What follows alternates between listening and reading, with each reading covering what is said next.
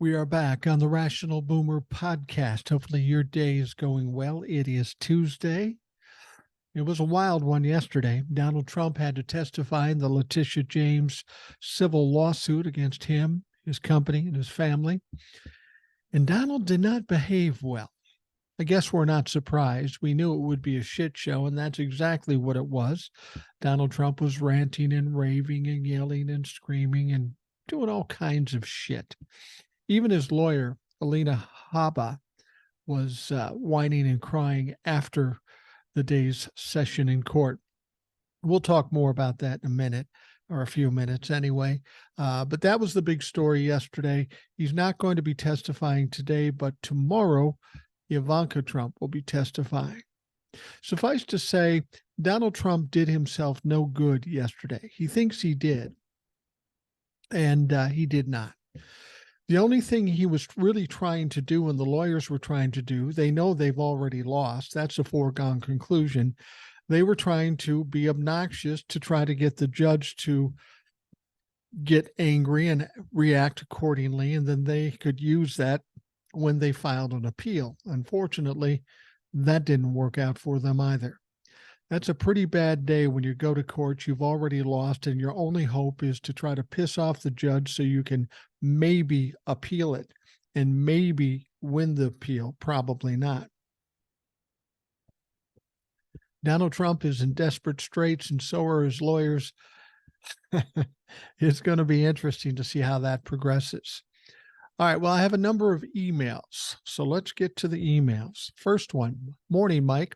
My husband, Paul, and I are retired Canadian listeners who are of a like mind with you and appreciate the time and energy you invest into your podcast. We both feel that Trump is a very dangerous, evil man who is destroying the U.S.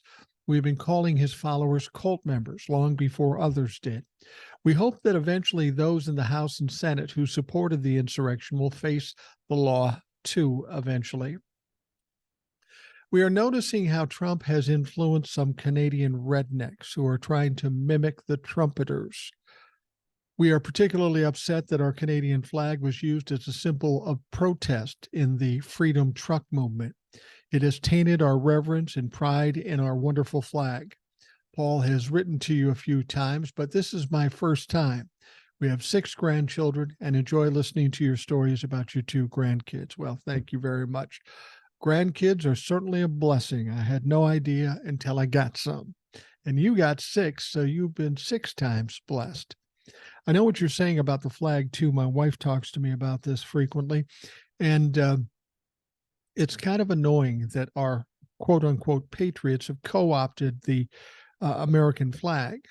You know, we have a lot of respect for the flag, respect for the country, but these Trump-la-fucks, these insurrectionists, these people who tried to commit a coup on our country have taken this flag and made it their own, when the last thing it does is really represent the things they represent. Anyway, I'll go on with the email. I haven't heard much about Tiffany, the second daughter of Trump, you know, the one he basically said wasn't as beautiful as his favored one. He is such a dipshit. I have a theory about why Tiffany finished law school but didn't take the bar exam. I believe she hasn't because she may think that her dad will then try to enlist her services, for free, of course, and she wants to avoid that disaster. Going to law school and not taking the bar exam upon completion is like having pumpkin pie without whipped cream. Have a wonderful day, and we thank you for keeping us so well informed. Cheers, Kim. Well, Kim, thank you very much. And Paul, thank you. It interests me that I have as many people in Canada listening as I do. I mean, I love the country of Canada. I'm hoping at some point in the near future, my wife and I will get to Canada. I want to get back there. It's been a long time since I'd been there. And the airline that my wife works with is now flying to Toronto and Montreal. So we're expecting, I've been to Toronto, beautiful place. Haven't been to Montreal, do want to go. So hopefully, probably in the spring or early summer next year, we're going to head up there.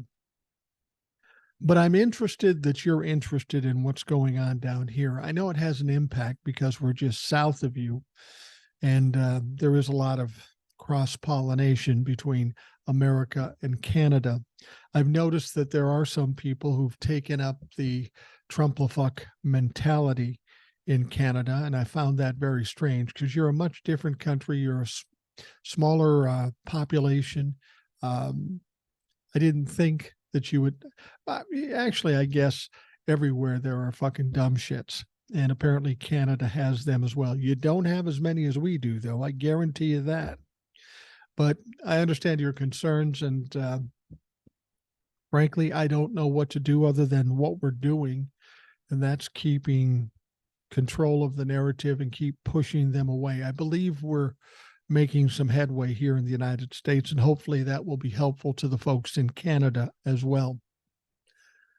Thank you, Kim. The next email. Well, Mike, I heard you yesterday saying not to pay attention to these recent polls, or any polls for that matter.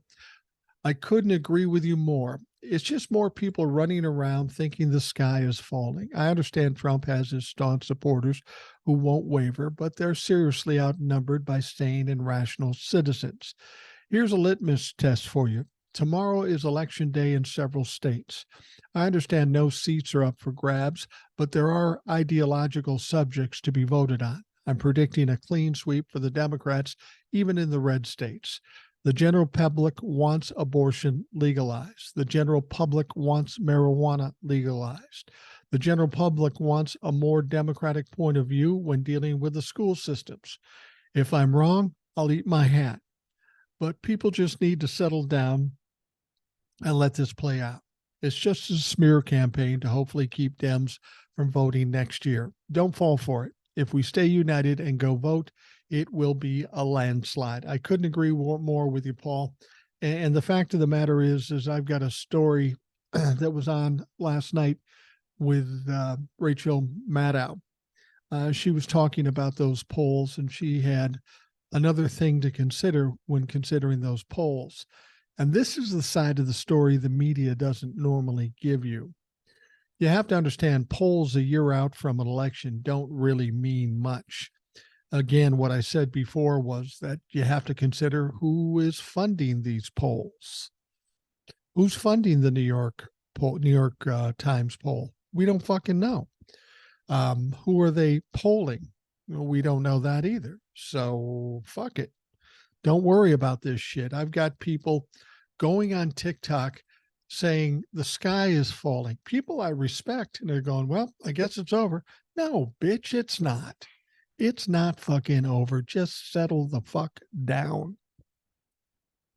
All right, next email. My name is Will. I'll go by Trailer Will since I'm in the semi-trailer parts industry. I'm a 29-year-old male who has been born and raised in an extreme red state, South Carolina.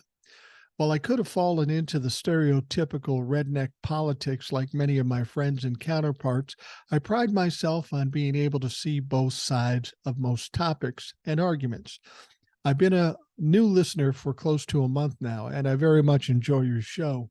It's nice to hear from baby boomers who can see past the fake cloud of Republican politics.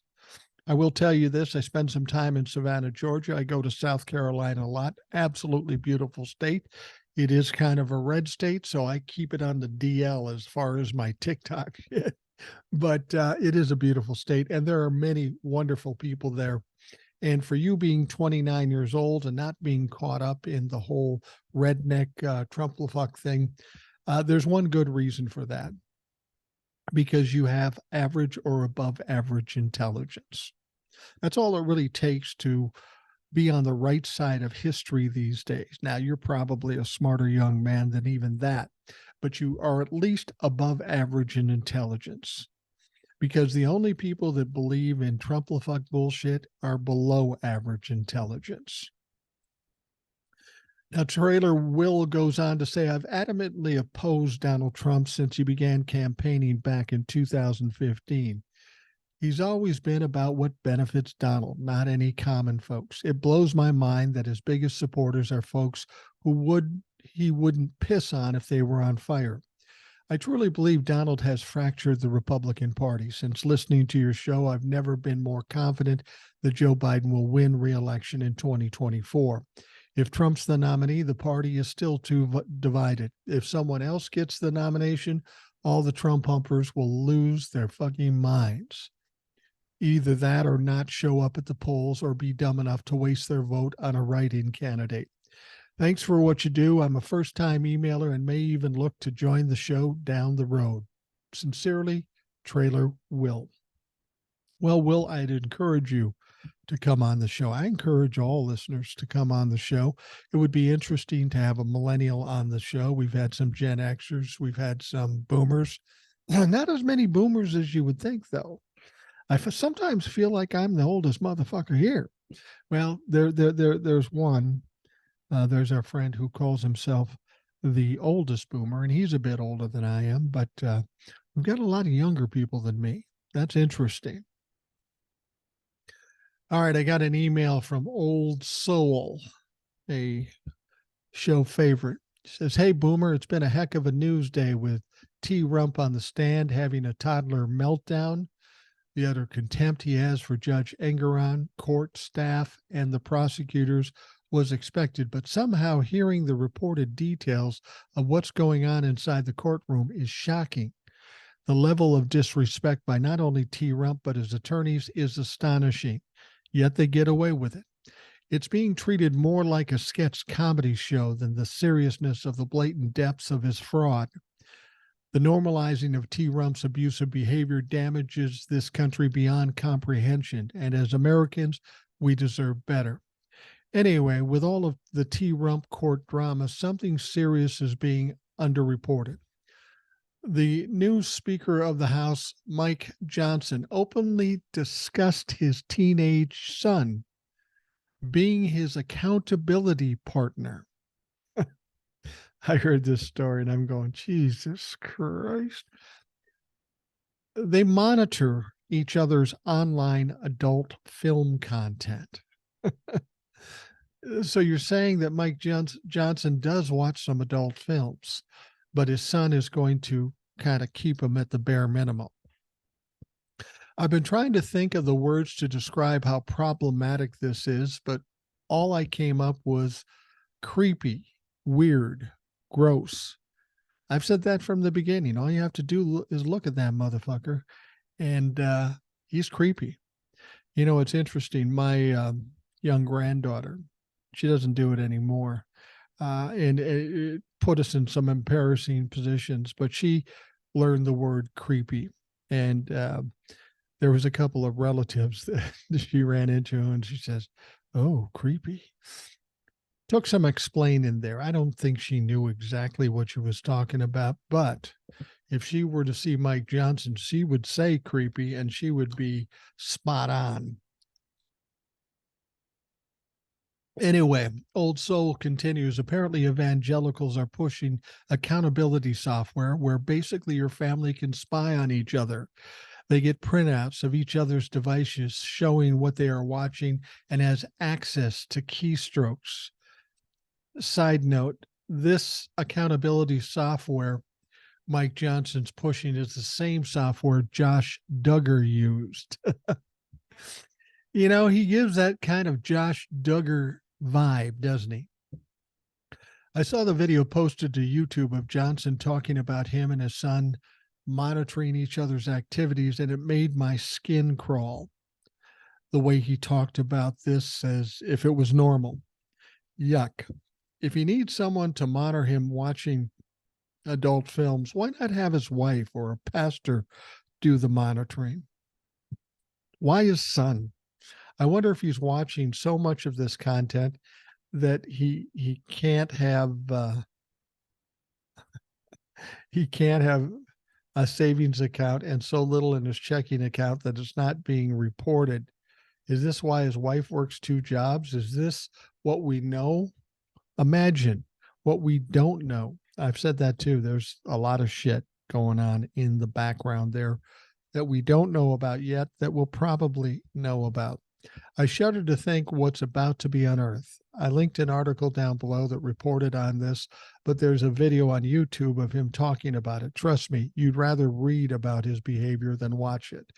Too late, Old Soul. I've already watched the video, and it is fucking creepy. He's just a creepy motherfucker. Now, on TikTok, I also heard another story. I haven't verified this, so I don't know it's true. But it wouldn't surprise me. Apparently, Mike Johnson has some small organization he runs. They have 8 employees. Okay. 8 employees. Maybe this is his wife's business.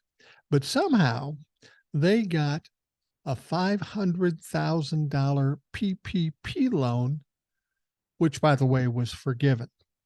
Why does a company of 8 people, 8 employees, need a PPP loan of $500,000? As I say, I heard it on TikTok. I haven't verified it as yet, but it certainly would not fucking surprise me. Thank you, old soul. It's always a pleasure to read your emails. Next one comes from Godfrey. This is an interesting insight. Hey, Mike, I just wanted to send you a message proving you are right about the polls. I've done some of these polls and I'm a Democrat, but when you do a poll, the company doing the poll will pay you with a gift card for your time. You have to take a pre-screener to qualify for the polls, and they ask the questions on the screening tool in a specific way so that they can pick people who will vote a certain way. So yes, I'm a Republican for $150. There is a whole community of us that does this. Godfrey. That's interesting. Does not surprise me when we're talking about Republicans. They get people to take polls. They pay them money to take those polls, but before paying them the money, they make sure they have the right answers. So what does that say about the polls?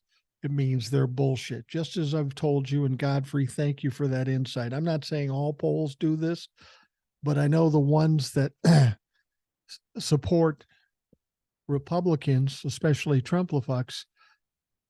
I mean, Donnie has to pay people to come to his rallies, for God's sake. Is it surprising that they have to pay people to take polls the way they want them to take polls? Interesting. All right. Next email comes from Deb. Deb, we've got a couple of Debs, actually, so I'm not sure which one this is. Hi, Mike. I have 3 things I wanted to comment on. You were discussing Mike Johnson and how you thought he was weird looking and thought maybe you were just being judgmental. You are not. He is weird looking. To me, he looks like a puppet or a marionette, a really creepy looking one. And I have to tell you, I was wondering if I was being judgmental. I wasn't really. He does look creepy. I was just trying to be nice, but I think we all know me better than that. Number 2, you also discuss how much housing is today. This is a subject that is really bothering me, as it seems like no one is talking about it or trying to do anything to fix this issue. I have 3 daughters. The oldest one has her own house, but the other 2 are still in apartments. The cost of these apartments in Delaware has skyrocketed. A 1-bedroom is at the cheapest $1,300 a month. And if you need a 2-bedroom, as both my daughters do, you will pay no less than $1,700, and most are much higher than that. On top of that, for the lower cost ones, there are waiting lists. How is any young person expected to afford these prices? Exactly. Number 3, and my last comment, is regarding your question of whether we would enjoy a podcast revolving on the Kennedy assassination. My answer is hell yes. That subject has always intrigued me. I would love you to do a podcast on that subject. Well, I think we probably will. It does interest me too. I mean, it's something I've heard about and wondered about since I was 3. And it's intriguing to me that after all these years, we still don't know all the facts. You know, there's some questions I have too as to where the shooter was and all of that. And I'm interested in talking to somebody who knows more about this than I do. So we'll work on that, and we'll probably get something set up to do that. She finishes up by saying, the shows have been good as always, but I miss Ed. I'm hoping he'll be on with you this week. Till then, keep up the good work as you always do. Hugs, Deb. Yeah, Ed hasn't been on for the last couple of weeks, but it ain't my fault. It ain't my fault. I usually hit him up on Thursday and say, dude, you got any time tomorrow to do the podcast? And generally he will say, yeah, how about noon my time? And that's what we do. Last couple of weeks, I think the first week he was out of town, and this last week he was busy. So I'm going to hit him up again Wednesday or Thursday this week and see if I can get him back on Friday. That seems to be the best day for him. So I'm trying, man. I'm trying, man. Ed's on TikTok now. Maybe he's getting too big for me. I don't know. We'll see. But if nothing else, when I get him on, if he shines me on at that point, I'm going to start to make him feel guilty. I'm good at that, and we'll work something out because I'd like to have Ed back as well. All right. Well, the big news yesterday, of course, was former President Donald Trump vigorously defended his wealth and business on Monday, tangling from the witness stand with the judge overseeing his civil fraud trial and denouncing as a political witch hunt, a lawsuit accusing him of dramatically inflating his net worth. See, this is the interesting thing, and this is all too common with narcissists. It's all about their image. They're more concerned about their image than the actual facts. Now, he's in court over fraud. He's already lost the case, but they're trying to figure out how much he's going to have to pay. But what's his concern? I'm really wealthy, even though everything we've seen shows he's not. We've seen his taxes. The only thing I've ever seen where he's been any change in money is him losing money to the tune of $1 billion over a period of a few years. If he's a billionaire, I don't know where the positive money's coming in. Now, maybe there is some positive money coming in, and maybe we don't know how much money he has, but then that would suggest that he's trying to cheat the IRS. So which one is it? That's the interesting thing. Every time I hear him talk, he'll say, oh, my properties, I undervalued them. They're actually worth a lot more. Okay, let's say that's true. Then if you undervalued your properties, if you called them less than what they're truly worth, then on the other side of the coin, you're lying to the IRS and you're doing it to save money on taxes. But see, it's different with Donald Trump. He's trying to have his cake and eat it too.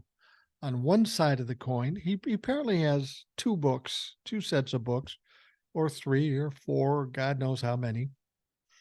When it comes to banks and insurance company, he inflates the value of his property. And that's what this lawsuit is mostly concerned about, because it has to do with impacting banks and insurance companies. Now, on the other side of the coin, when he devalues his properties, that's about the IRS. So it's conceivable the IRS is going to step up and say, wait a fucking minute. We need to look into this too. And then we're talking about not only civil, but criminal as well. So don't be surprised if we hear something come about with the IRS, or at least the federal government, in terms of the way he handles his finances. Now, Trump's long-awaited testimony about property valuations and financial statements was punctuated by personal jabs at the judge he said was biased against him, and that the New York Attorney General, whom he derided as a political hack. He proudly boasted of his real estate business. I'm worth billions of dollars, more than financial statements, and disputed claims that he had deceived banks and insurers. He says this is the opposite of fraud, he declared, referring to the New York Attorney General Letitia James, a Democrat whose office brought the lawsuit. He said the fraud is her. Now, there were all kinds of testy exchanges, and frequent rebukes from the judge underscored Trump's unwillingness to adapt his famously freewheeling rhetorical style to a formal courtroom setting governed by rules of evidence and legal protocol. But while his presence on the stand was a reminder of his legal troubles he faces as he tries to win the presidency in 2024, it also functioned as a campaign platform for the president. And that's pretty much all it was. Donald Trump never answered questions. He went off on tangents, diatribes, flat out lies, basically turning it into a rally. And this kind of pissed off the judge, as you might imagine. He said, "People are sick and tired of what's happening. I think it is a very sad day for America," Trump told reporters outside the courtroom, roughly 3.5 hours on the stand. Total time he was on the stand was 5. Trump's testimony got off to a contentious start Monday when Judge Engoron admonished him to keep his answers concise and remind him this is not a political rally. Now, it got so bad, he admonished Donald Trump a number of times. He got frustrated. He got frustrated at one point, and he was turning to Trump's attorneys, and the judge said, "I beseech you to control him if you can. If you can't, I will." And when he said that, he also followed that up by saying, "I will dismiss him, and I would accept everything further as an inference, a negative inference," meaning it's kind of like when you plead the fifth. If you plead the fifth in a criminal case, then the judge or the jury can't consider that as anything. But in a civil case, if you plead the fifth or you don't answer the questions like Donald Trump did, you can infer that if they didn't answer the question, the worst possible situation could apply. And that can come into the decision making at the end of the trial. That's what the judge was trying to clarify for dipshit Donnie Trump. Now, we've got a number of legal proceedings Trump is confronting, including federal and state charges, including illegal hoarding of classified documents. His legal and political strategies have now become completely intertwined as he hopscotches between campaign events and court hearings, a schedule that will only intensify once his criminal trials begin. Keep in mind the trial in Washington, D.C. with Judge Shutkin. That's starting in early March. The day it starts will be the day before Super Tuesday. So Donnie's going to be a busy motherfucker. And one of the hardest things is going to be for him to campaign because he won't have the time. He'll have all these charges hanging over his head, and he won't have money because all the money that he's bringing in, whatever it is, it's less than it was, is all going to pay legal fees. He's got no money to pay for campaigning. And let's be perfectly honest, if he wants to have more rallies, he's going to have a lot of cities that don't want him coming because he still owes them money. And they're not going to go through that bullshit again. Now, though the fraud case doesn't carry the prospect as prison, like the criminal prosecutions do, its allegations of financial impropriety cut to the heart of the brand he spent decades crafting. The suggestion that Trump is worth less than he's claimed has been interpreted by him as a cutting insult. "I'm worth billions of dollars more than the financial statements," he said, telling a state lawyer. "You go around and try to demean me and try and hurt me, probably for political reasons." And that's pretty much what he said while he was on the witness stand. He pointed at Letitia James and said, "You're the fraud. You're just up here doing this because you want to run for governor." Apparently, she'd run for governor a while back and obviously didn't get elected. So now Donald Trump is trying to claim he's doing this or she's doing this for political purpose, which is ironic because the whole point that Donald Trump announcing that he was going to run for the presidency 2 years ahead of the election a year ago was strictly for political reasons. So Donald Trump has problems with the prospect of Letitia James doing it, but he's cool with him doing it himself. This is Donald Trump constantly projecting on other people. I mean, it's ridiculous. He will claim other people are doing things that we know for a fact he is doing. He's fucking doing them himself. Donnie Trump is in a mess right now. This is why when we talked about the polls earlier, and we're going to talk about them again, it's so ridiculous. You can tell me that swing states have polls that say Donald Trump will win. I'm not even convinced that he'll be the nominee. Honestly, I'm not convinced he'll be the nominee. I mean, in Iowa, the governor, Kim Reynolds in Iowa, is endorsing Ron DeSantis. If Donald Trump loses the Iowa caucus, the first essentially a primary, that's not a good tone to set for the rest of his primary campaigns. He'll win some, of course, but will he win enough? That's what's going to be interesting to find out. But with the polls and with Donald Trump right now, we're a year out from the election. So much can happen. We know so much has already happened. Between now and 2024, Donald Trump will be decimated. His money will be gone. His properties will be gone. His prestige will be gone. He'll be a shell of his former self. And I said this on a TikTok. It's ironic that this civil suit will be the thing that crushes Donald Trump, because after that, when he starts going to the criminal trials and he is a shell of his former self, it'll be like stepping on a dead bug. He won't be able to stop that fucking train. There's just too much going on. And this is why Donald Trump has no chance of being the nominee. And if he is the nominee, absolutely zero chance of winning. Absolutely zero chance.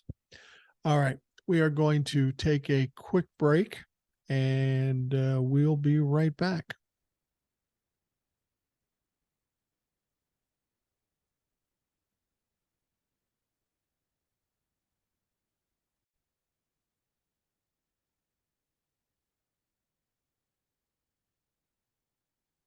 Now, in spite of how contentious Donald Trump's testimony was, and the fact that he was calling out Letitia James and calling her names and trying to demean her if possible, in spite of that, New York Attorney General Letitia James had an opportunity to literally burst out in laughter at one of Donald Trump's insults during the fraud lawsuit. And it's oh so Donald Trump, so fucking stupid. The former president was asked about the value of his heavily mortgaged Trump building at 40 Wall Street. And he told prosecutor Kevin Wallace that he had invested heavily in the 72-story skyscraper before taking a swipe at Letitia James. That's what he said. I spent a lot of money on fixing that building up, Trump testified. She, meaning Letitia James, doesn't even know what 40 Wall Street is. James was visibly cackling after Trump's remark, according to reporters in the courtroom, and she briefly put her head down to compose herself. The Attorney General's office is next door to the Trump building, and James pointed out in a post on her X account, "Don't tell, I can see it from my office window," she posted. She doesn't know anything about it, but her office is right next door. Way to go, Donnie. Way to make a point. Fucking stupid ass motherfucker. Now, talk about stupid. Let's talk about Trump's attorney, Alina Habba. Now, what's interesting about Alina Habba, she is kind of the second chair when it comes to Donald Trump's defense team. The other guy is a guy by the name of Chris Kise, who he was Solicitor General for Florida. He's kind of a legitimate lawyer, but he's been very quiet. He wasn't mouthing off in court. He isn't mouthing off after the court proceedings. He's been very quiet with a stupid smirk on his face, if you've seen the video. Now, Alina Habba was a little different deal. She blew up at the New York Supreme Court Justice Arthur Engoron after he admonished Donald Trump in the fraud trial. Now, during a break in Trump's testimony on Monday, Habba spoke to reporters about the contentious hearing where her client had been cautioned for refusing to give direct answers. Engoron had said that Trump was there to answer questions, not to give political speeches. And this is what the judge says. I'm not here to hear what he has to say. Now, Haba grabbed onto that quickly, saying, Haba said, quoting the judge, that's why exactly, or then why exactly am I being paid as an attorney? Now, she took it out of context. He said, I'm not here to hear what he has to say. I'm here to hear his answers to the questions. And he never answered any questions. But Haba latched on to that. See, he doesn't want him talking. He doesn't want to hear what he has to say. He's got it already decided. Well, the fact of the matter is, Alina, he is already decided. He gave the summary judgment. You motherfuckers lost. You don't have a jury because you fucked up. Sorry, that's the way it is. The answer is very clear, Haba insisted, because New York Attorney General Letitia James wants to stand right here like she did this morning and call my client a liar. Well, Alina, what are you saying? He's not? Because clearly, if he's anything, he's a fucking liar. I think that's been proven. Haba argued that the country is falling apart. Well, I'll be with you there, but it isn't because Donald Trump is being mistreated. It's because Donald Trump's behavior. And this is what we're trying to do, is rectify the behavior. The country may be falling apart, but it's not Letitia James' fault. It's your fucking client's fault. And this is why we're trying to shut him up and put him away, because we can't continue to let him run rogue on this country anymore. She went on to say, and if we don't stop corruption in courtrooms where attorneys are gagged, where attorneys are not allowed to say what they need to say to protect their client's interest, it doesn't matter what your politics are, she said. But I was told to sit down today. I was yelled at. I had a judge who was unhinged, slamming the table. Let me be very clear. I don't tolerate that in my life, she added. I'm not going to tolerate it here. Haba accused James of taunting Trump in his angry testimony. Well, Alina, I will tell you this. You don't tolerate it in your life, and you're not going to tolerate it in the court. Well, you did, because you sat your ass down. You stood up and made some stupid comment that had nothing to do with anything, and the judge told you to sit down. You're a lawyer, for God's sake. You don't know that you have to listen to what the judge says. If he tells you to sit down, you sit your ass down. And you did, because you know better. And then once you got out of court, you came and started rattling off like you're a tough guy. You're like the kid in the car that's racing away, that's yelling out the window, I'll kick your ass. Yeah, you're a tough guy, Alina. You'll be lucky to have your fucking law license after this is all said and done, if you're not indicted yourself. She complained, you taunted him. You said his administration was too male and too pale. Those are her words. And the judge can tell me to sit down, and he can try to shorten my client's testimony, she remarked, but it is loud and clear. They've got nothing. They've got nothing but their politics. I beg to disagree, Alina. Seems to me there's a lot of documentation. Seems to me there's a lot of witnesses. They not only don't have anything, they have everything. They have everything to put your client away. And we know this because the judgment has already been made. Donald Trump and his family and his company have been found liable by Judge Engoron for pervasive fraud. Not a little bit of fraud, not a misstep, but a lot of fucking fraud. So, Alina, I would just say, be glad that all he told you was to sit down, because you're probably going to get more than that in the end. Now, we were talking about the polls and how I say don't just ignore the polls. And I happened to watch Rachel Maddow tonight. She's on Mondays on MSNBC. I like Rachel Maddow. I think she goes too deep into stories. I just need some facts, but she is very talented. She knows her stuff, and I trust her. Anyway, MSNBC's Rachel Maddow highlighted some significant poll results that spell big warning signs for Republicans on her Monday night show.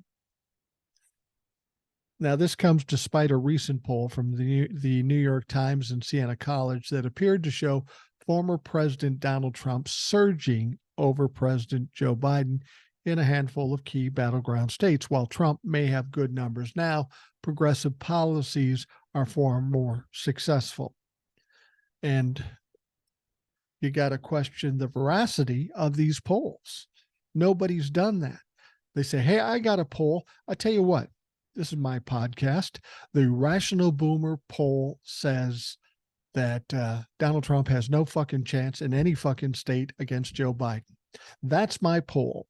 Now, you don't have to check the veracity because you don't check it out with anybody else. The Rational Boomer poll says Donald Trump's going to jail. Donald Trump isn't going to be the nominee, and Donald Trump is never going to be president again. I'm just saying, my poll has to have as much impact as all these other polls because we don't know anything about these polls. I just pulled that out of my ass and I believe it, but that's no different than these fucks that have just pulled that shit out of their ass. Now, she goes on to say, you might have seen the big political news in the last 48 hours, the New York Times polling that came out this weekend about the presidential race. And the headline was that President Biden's reelection effort looks like it's in trouble, said Maddow, who just returned after having COVID. Trump is ahead of Biden in a hypothetical matchup in 5 or 6 so-called battleground states.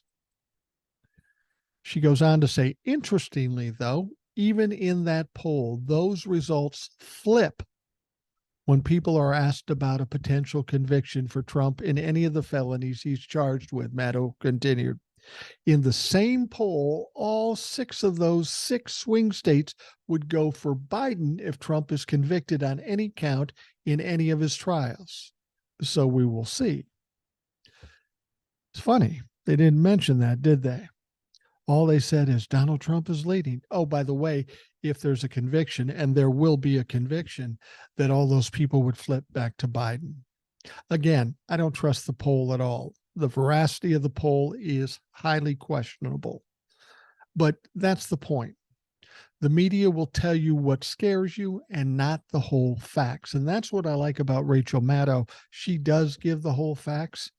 And as I've said before, these polls are taken a year out from the election, which tells you don't even listen to them. So many things change. And in that period of time, that year coming up, Donald Trump will be going through some things. You know what I'm saying? He's going to be convicted. He's going to lose all his money. He's going to be exposed for a corrupt criminal. And that changes polls a lot.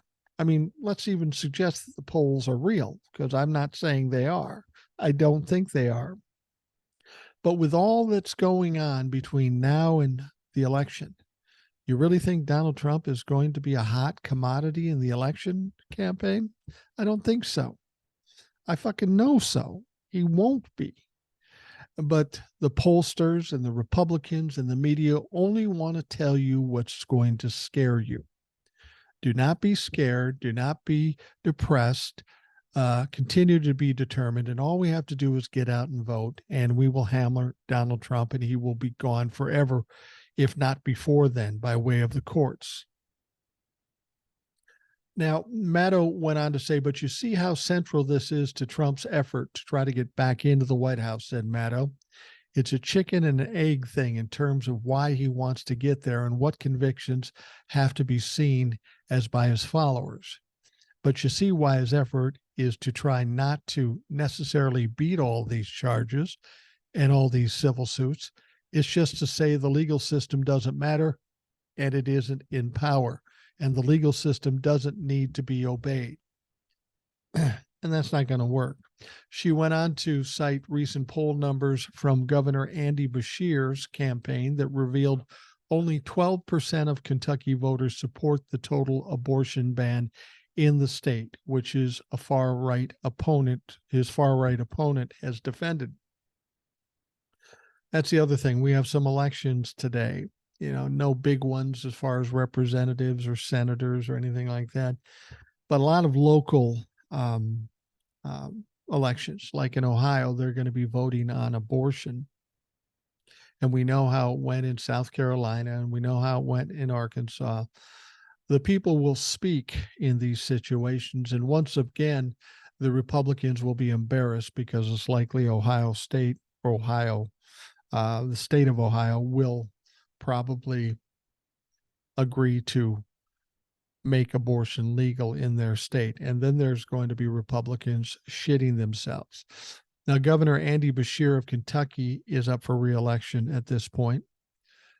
He does have a Republican opponent. It's an African-American man, and he is endorsed by Donald Trump. And we know how well Donald Trump's endorsements have worked as of late.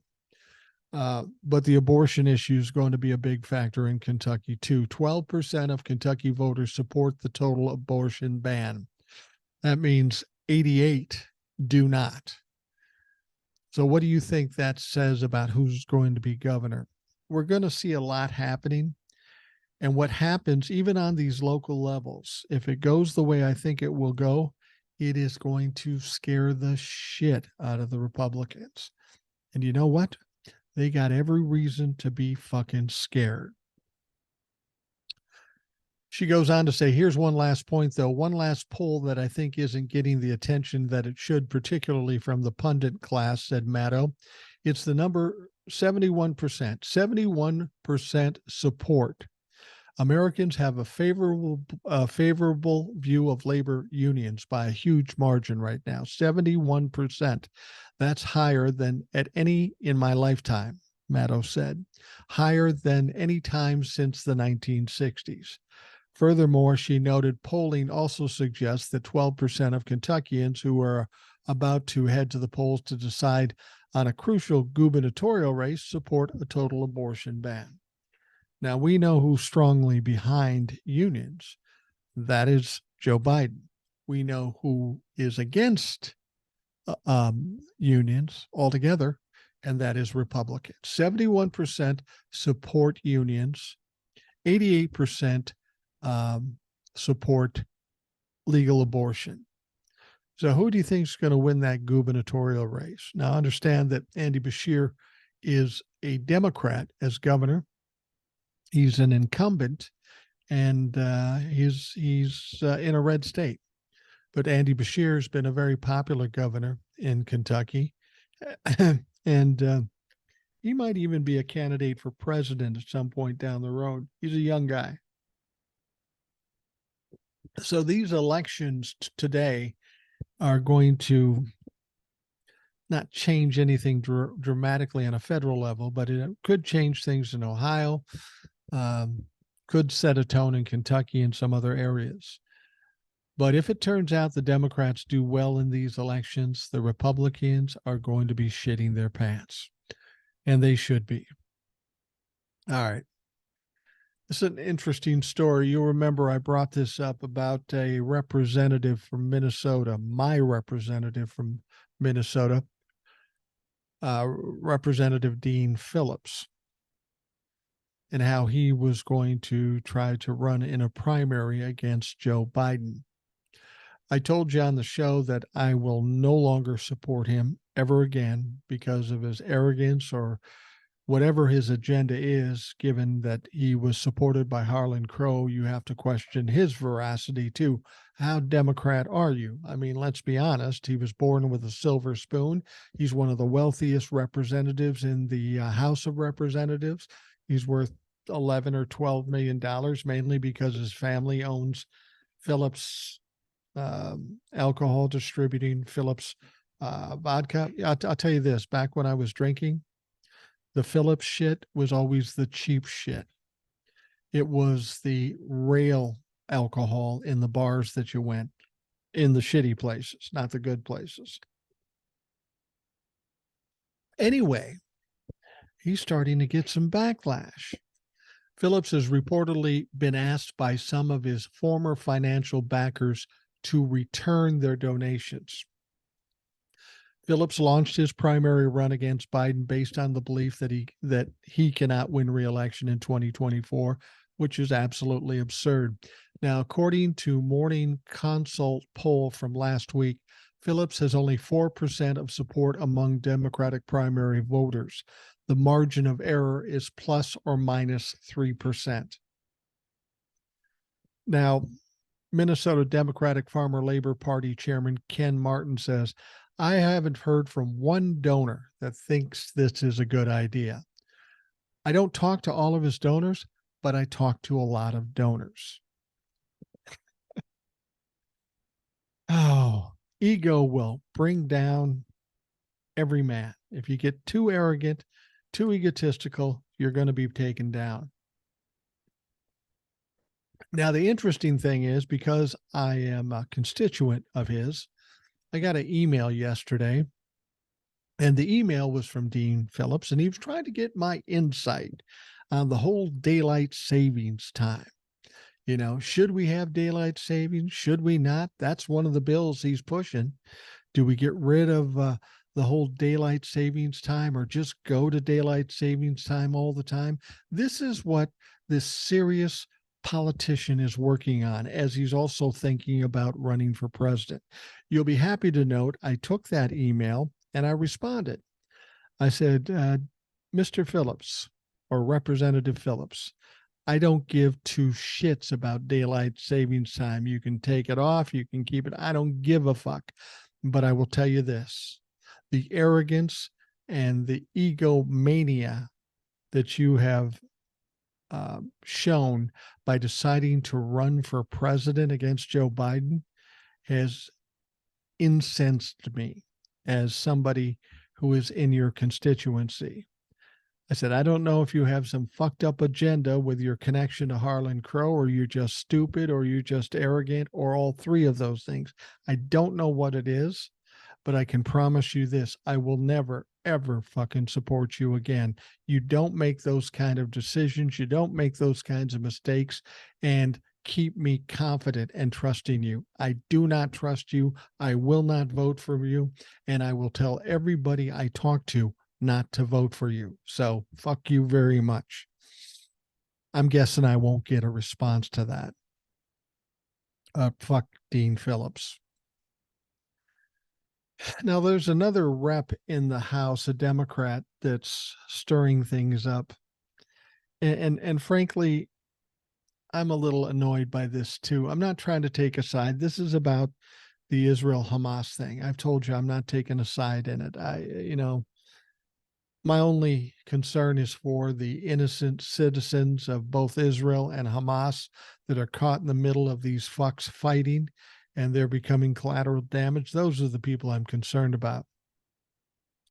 But Representative Rashida Tlaib has raised the ire of many in recent weeks over her rhetoric regarding the Israel-Hamas war, and is facing renewed criticism from within her own party after she released a short video over the weekend encouraging her support not to back President Joe Biden in 2024 and defending pro-Palestinian protesters chanting, "From the river to the sea." Now, from the river to the sea is an aspirational call for freedom, human rights, and peaceful coexistence, not death, destruction, or hate. This is coming from Tlaib. My work in advocacy is always centered in justice and dignity for all. Now, what you have to understand is Tlaib is Palestinian, so she has a hard-on for the Israelis. I'm not saying it's not justified, because I don't know the situation. But if you're a representative in America, you should maybe couch what you're thinking. While Tlaib, the first Palestinian American woman elected to Congress, defended the slogan, some of her Democratic colleagues in the House just weren't fucking buying it. Now, Steve Cohen, a representative, a Democrat from Tennessee, said, I think Tlaib said from the river to the sea doesn't mean wiping out Israel. Well, that's what it means. You can piss on my leg, but don't tell me it's rain. He stole that from Judge Judy. I'm just saying. Anyway, several House Democrats are also circulating a letter denouncing the phrase, calling it a rallying cry for the destruction of the state of Israel and genocide of Jewish people. Representatives Brad Schneider, Democrat, Illinois, Hillary Schlotton, Democrat from Michigan, Richie Torres, a Democrat from New York, penned the letter that as of Monday afternoon was reportedly signed by Dan Goldman and Jared Huffman. The slogan has also been adopted by various groups declared terrorist organizations by the U.S., including Hamas and the Popular Front for the Liberation of Palestine. Hamas rejects any alternative to the full and complete liberation of Palestine from the river to the sea. And that comes out of the Hamas 2017 Constitution.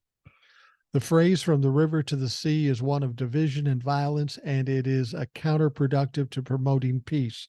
None of us, especially elected leaders, should amplify language that inflames a tense situation and makes it harder for our communities to find common ground, wrote Alyssa Slotkin from Michigan.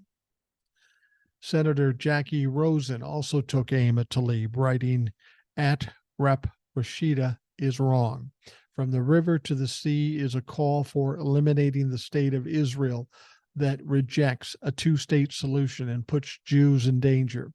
We must reject extremism, no matter which side of the aisle it comes from." Here's the deal. Here's what you have to fucking understand.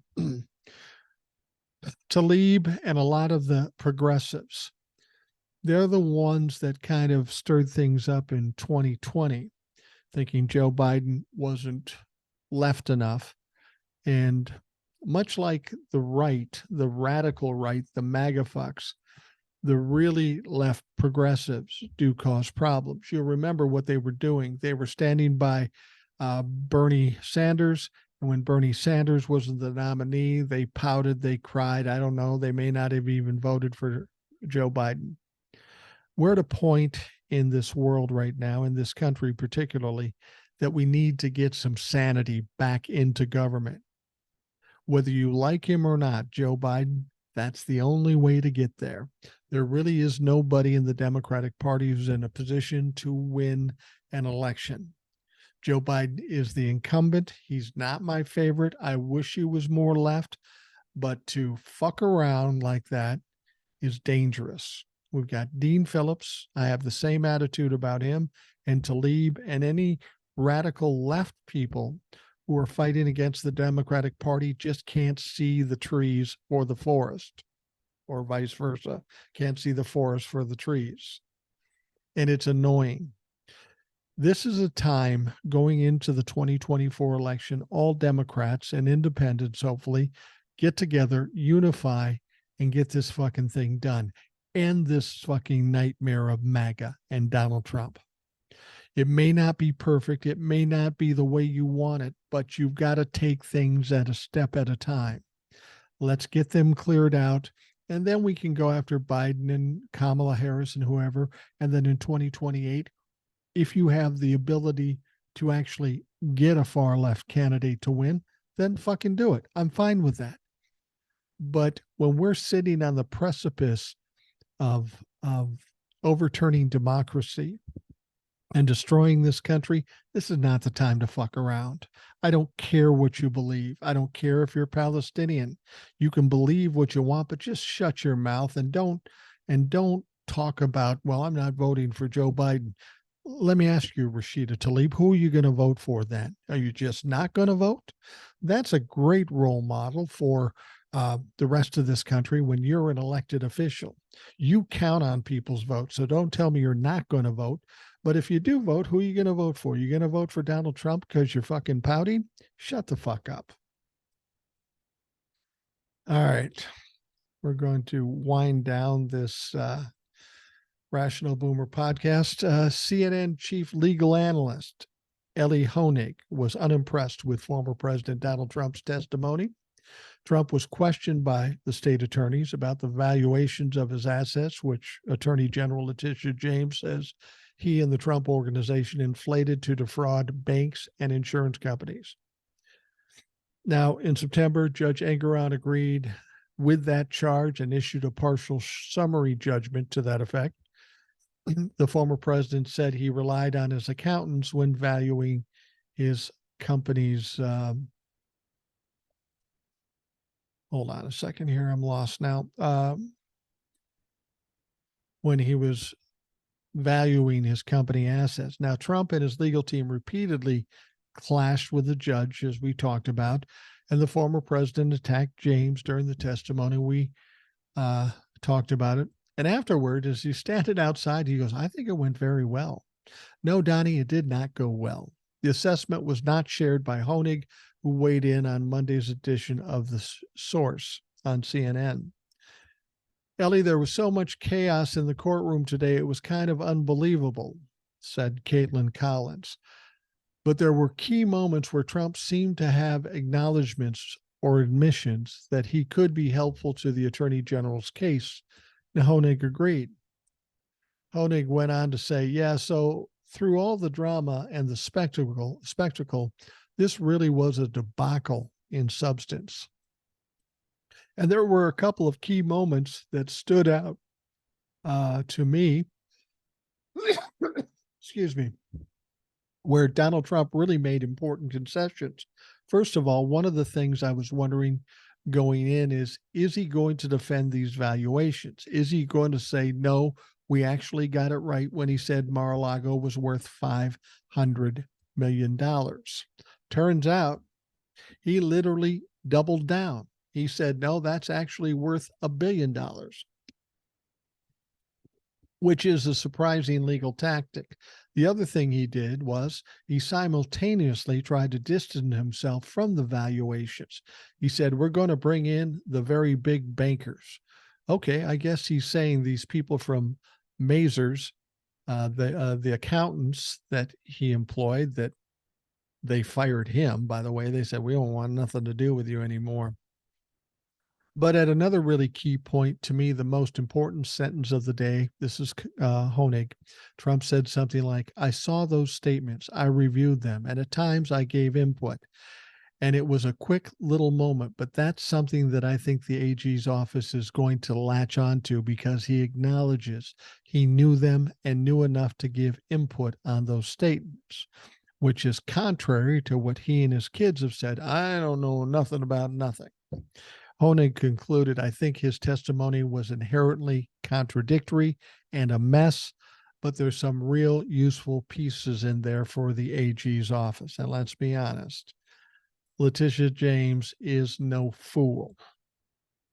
No fool. Donald Trump is done. They've already decided that he's committed pervasive fraud. They're just trying to figure out how much he's going to have to pay.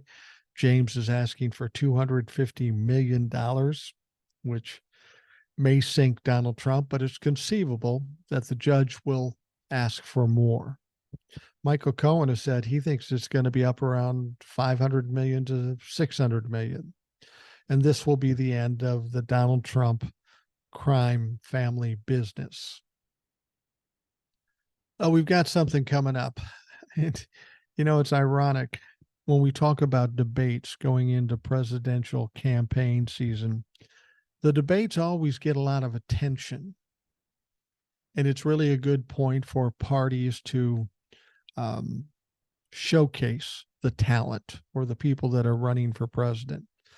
But it's funny, the debates for the Republicans have become real yawners, mainly because Donald Trump doesn't show up. And there's a debate stage that's is coming up with presidential nominees, but it's down to 5 names. The Republican National Committee announced Monday, with coup-attempting former President Donald Trump still refusing to participate. That's a little surprising to me. I thought he might jump in eventually, but there are 5 candidates in this debate. Former New Jersey Governor Chris Christie, Florida Governor Ron DeSantis, former South Carolina Governor Nikki Haley, businessman Vivek Ramaswamy, and South Carolina Senator Tim Scott all met the criteria for Wednesday night's 3rd debate. That's tomorrow for the primary season. Why is Vivek Ramaswamy and Tim Scott still in this? They have 0 chance in hell. 0 fucking chance. But they're going to be there talking their stupid shit. The 2-hour encounter is starting at 8 p.m. at the Adrian Arsht Center for the Performing Arts in downtown Miami.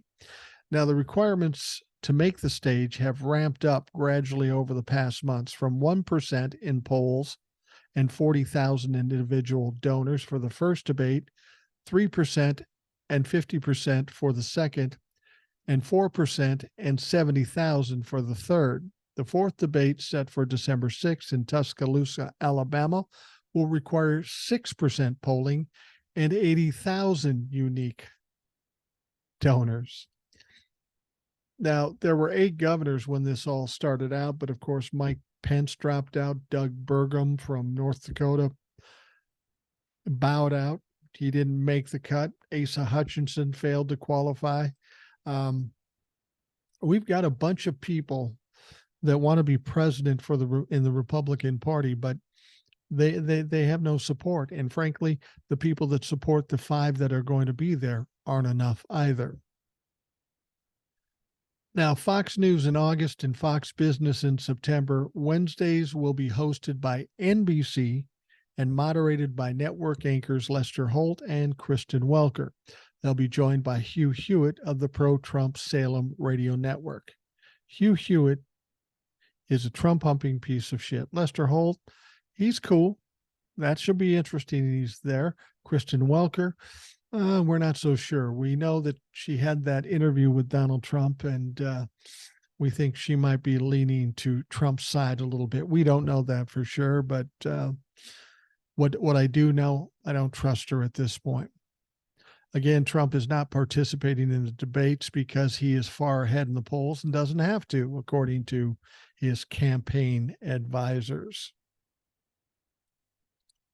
So Donald Trump will not be there, and no one will give a shit about the debate. This is supposed to be a big promotional event to get these people in front of everybody's eyes, but nobody's going to watch the motherfucker.